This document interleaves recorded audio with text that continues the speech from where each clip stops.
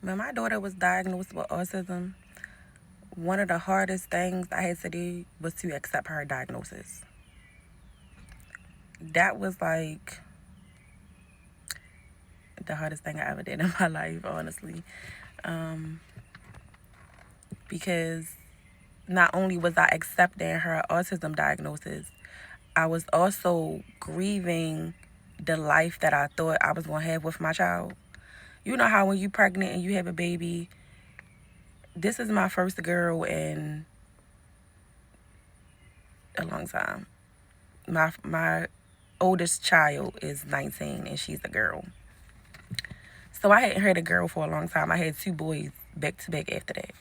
So I just felt like, we gonna get to play tea party. I'm gonna get to dress you up.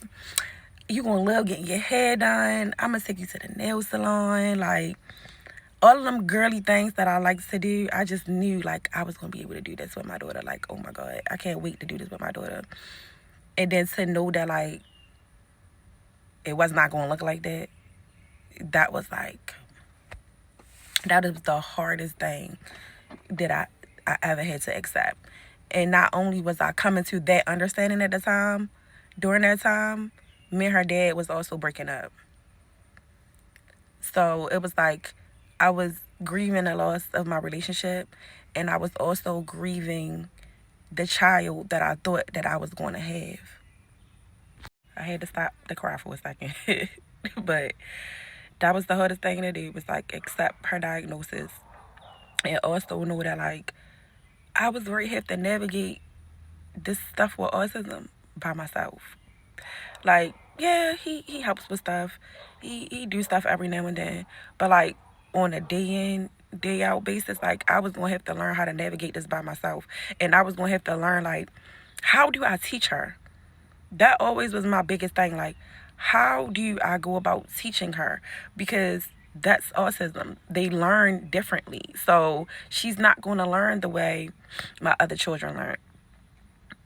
It was so hard. If you don't know, let me tell you. When they diagnose with your child with autism, girl, they give you a paper and say, okay, you can't have autism. These are the services that they need. These are some places that you could possibly find those services. Here you go. Girl, that's it.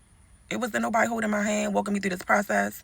It wasn't nobody helping me along to tell me, like, this is what you do, this is what you do. Like, it was like, no, it was papers that I had to read. And I had to figure it out myself. Then I had to figure out how was all of this going to fit into my schedule